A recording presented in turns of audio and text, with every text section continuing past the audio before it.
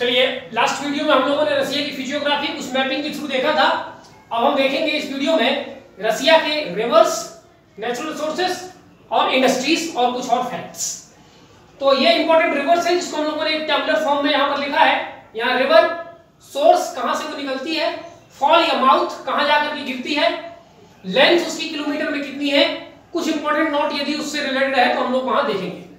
ठीक है, वोल्गा, जो रिवर वोल्गा है वो बालगाई हिल्स से निकलती है रसिया के, कैस्पियन सी में जाके गिरती है और इसकी जो लेंथ है वो है 3645 किलोमीटर। ये लॉन्गेस्ट रिवर ऑफ यूरोप है और अगर हम वर्ल्ड रैंकिंग में देखेंगे तो 18th लार्जेस्ट या longest river of the world. ठीक है, 18th लॉन्गेस्ट रिवर वर्ल्ड की है और लॉन्गेस्ट रिवर रसिया की है, लॉन्गेस्ट रिवर यूरोप की है। ठीक है, इसकी कुछ ट्रिब्यूटरी देखते हैं। तो यहां पर लिखा है अलग से ट्रिब्यूटरी। वोल्गा रिवर की दो इंपॉर्टेंट ट्रिब्यूटरी हैं, कामा और ओका। ठीक, ये ट्रिब्यूटरीज याद रखनी है। फिर है Yenisei river. Yenisei river Mongolia से निकलती है, रसिया के कारा सी में जाकर के गिरती है। 5539 किलोमीटर इसकी लेंथ है। अब चूंकि ये रसिया या यूरोप की लॉन्गेस्ट रिवर इसलिए नहीं है क्योंकि ये मंगोलिया, चाइना और फिर रसिया में बहती है, तो अलग अलग लेंथ में बहती है। ठीक है, ओवरऑल लेंथ इसकी 5539 है। ठीक, और ये वर्ल्ड की फिफ्थ जो है लॉन्गेस्ट रिवर, फिफ्थ की वर्ल्ड की मानी जाती है। फिर है ओब रिवर। ओब अल्टाई माउंटेन से निकलती है, गल्फ ऑफ ओब में जाकर गिरती है। आप थोड़ा मैपिंग देख लीजिएगा। 5410 किलोमीटर की लेंथ है, 7th longest river of the world ये मानी जाती है। और ये भी कई देशों में बहती है और रसिया में भी बहती है, इसलिए रसिया की लॉन्गेस्ट रिवर नहीं मानी जाएगी। आमूर मंगोलिया से निकलती है और तारतारी स्ट्रेट, ठीक है, मैपिंग में आप देखिएगा, तारतारी स्ट्रेट में जाके गिरती है और 4x4 इसकी लेंथ है, 444 किलोमीटर।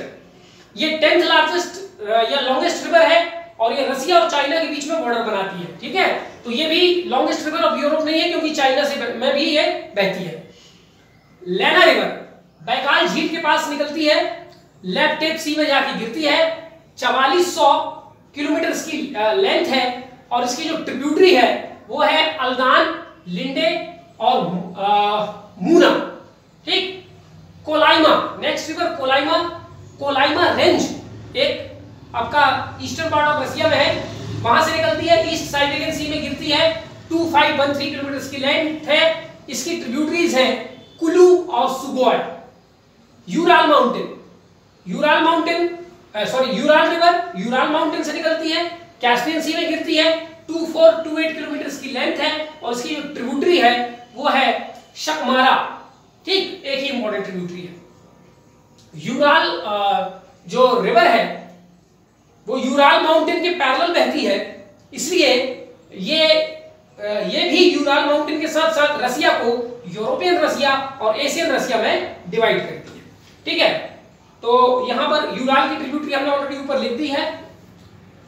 येनिसी की ट्रिब्यूटरी, ये जो येनिसी रिवर है इसकी ट्रिब्यूटरी है खेमचिकी, अंगारा, केम, तानामा। ठीक है, इसमें से अंगारा is the most important tributary.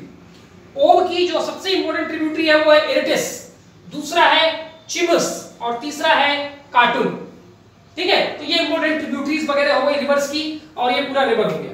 अब हम देखते हैं रसिया की मिनरल रिसोर्सेस, खनिज संसाधन क्या क्या है। कोल, ऑलरेडी इसके पहले हम लोग देख चुके हैं कि जो रसिया है second largest reserve of coal and 6th largest producer of coal in the world.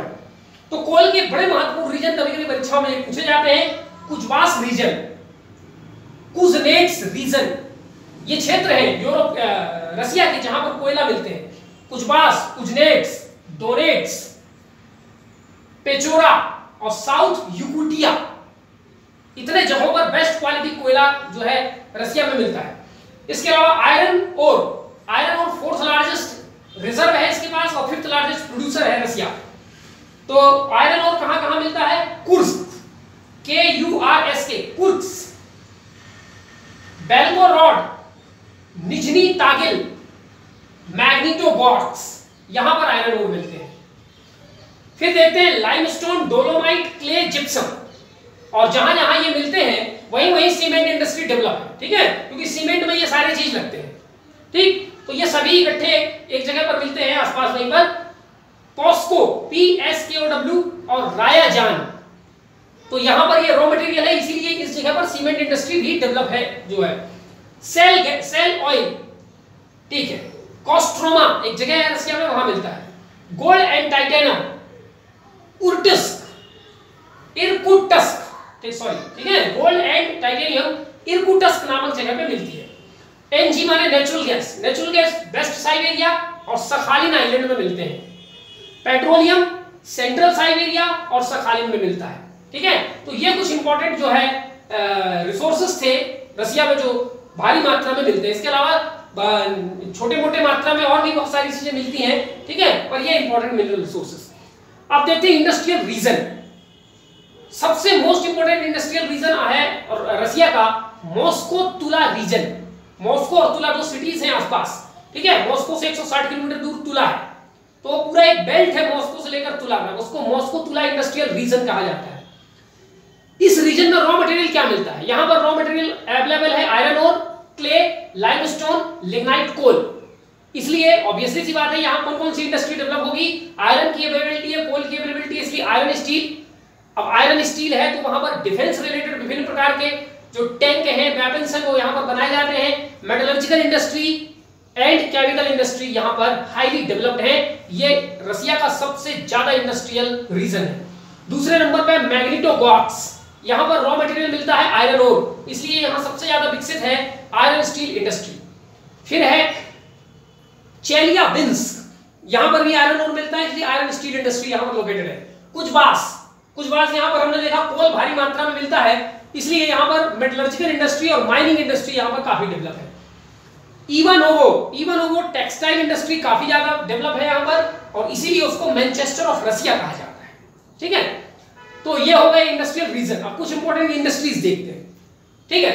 सबसे ज्यादा जो उस वहां पर इंडस्ट्री है रशिया की, एक नंबर की जो है वो है petroleum and natural gas industry, ठीक है, वो जो कि कहां पर डेवलप्ड है? सेंट्रल साइबेरिया और वेस्टर्न साइबेरिया में डेवलप्ड है। इसके अलावा वहां पर आयरन स्टील इंडस्ट्री डेवलप है, जो कि मैग्नेटोगॉर्स्क, मॉस्को और चेलियाबिंस्क में ये iron steel industry highly developed है। डिफेंस मॉस्को और गोर्की दो जगह हैं जहां पर डिफेंस का प्रोडक्शन होता है। टेक्सटाइल में दो जगह है, Ivanovo already we have discussed this, Manchester of Russia कहते हैं। इसके अलावा तुला रीजन। शिप बिल्डिंग बहुत इंपॉर्टेंट इंडस्ट्री है वहां का, जो कि सेंट पीटर्सबर्ग या इसी को लेनिनग्राड कहते हैं, व्लादिवोस्टोक, मॉस्को और मुर्मांस्क, यहां पर शिप बिल्डिंग जो है वो डेवलप्ड है। ऑटोमोबाइल जो है वो निजनी नोवगोरोड या इसी का नाम है गोर्की पर डेवलप्ड है। ऑटोमोबाइल इंडस्ट्री हाईली डेवलप्ड है, इसलिए इसको डेट्रॉइट ऑफ रशिया कहते हैं, ठीक है। जीडीपी का कंट्रीब्यूशन देखते हैं। जीडीपी कंट्रीब्यूशन में जो है एग्रीकल्चर का कंट्रीब्यूशन है 4.7%, इंडस्ट्री का 32.4% और सर्विस सेक्टर का 62.3%। तो यानी हाईली जो कंट्रीब्यूशन है रशिया में वो सर्विस सेक्टर का है, ठीक। अब कुछ नोट्स देखते हैं। नोट्स में number 1, Russian population is declining continuously. आपको एक बार ये ध्यान रखना है, रशिया में रेशियल क्राइसिस चल रही है। रशिया के जो मूल निवासी हैं उनकी जनसंख्या लगातार कम होती जा रही है और ये उनके लिए बड़ी चिंता का विषय है। इसलिए रशिया एक ऐसा देश है जो पॉपुलेशन कम करने की नहीं बल्कि पॉपुलेशन बढ़ाने की योजनाएं अपने यहां बनाता है। Sex ratio is favourable to female, यानी रशिया में जो महिलाओं की संख्या है प्रति 1000 पुरुषों पर, महिलाओं की संख्या 1080 है, बल्कि 1100 के आसपास, ठीक है। तो प्रति 1000 पुरुष पर 1100 महिलाएं हैं, यानी महिलाओं की संख्या ज्यादा है वहां पर, ठीक है। तो sex ratio is highly favourable to Russia, ठीक। इसके अलावा वहां जो लाइफ एक्सपेक्टेंसी है उसमें भी बहुत अंतर है। रशिया में पुरुषों की जो एवरेज लाइफ एक्सपेक्टेंसी है वो है 66 ईयर और महिलाओं की है 78 ईयर्स, ठीक है।